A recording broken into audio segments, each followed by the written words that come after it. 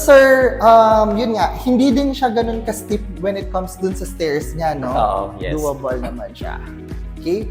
So, this could be your master's bedroom. Yes, this is the master's bedroom. Ayan. Tapos, actually, kapag pag sa second floor, you could really see the mountains dito, like the Mount Arayat, no?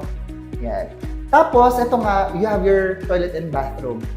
We will just going to flush it, no? Yung sa toilet and bathroom niya.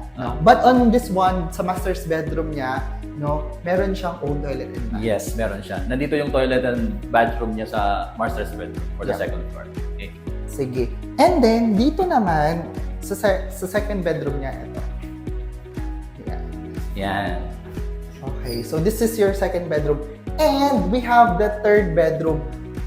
Dun sa third bedroom, if you will notice, no, sir, medyo a little, not too spacious for the third bedroom, no? Kasi dun sa second bedroom, kung gusto nyo lang for bigger space, pwede naman nilang alisin yung partition to make it more or bigger, no?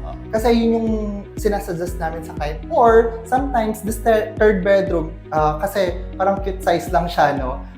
They are like converting into office, especially for those clients na work from home setup. Diba? It's like a small office on their home. Diba?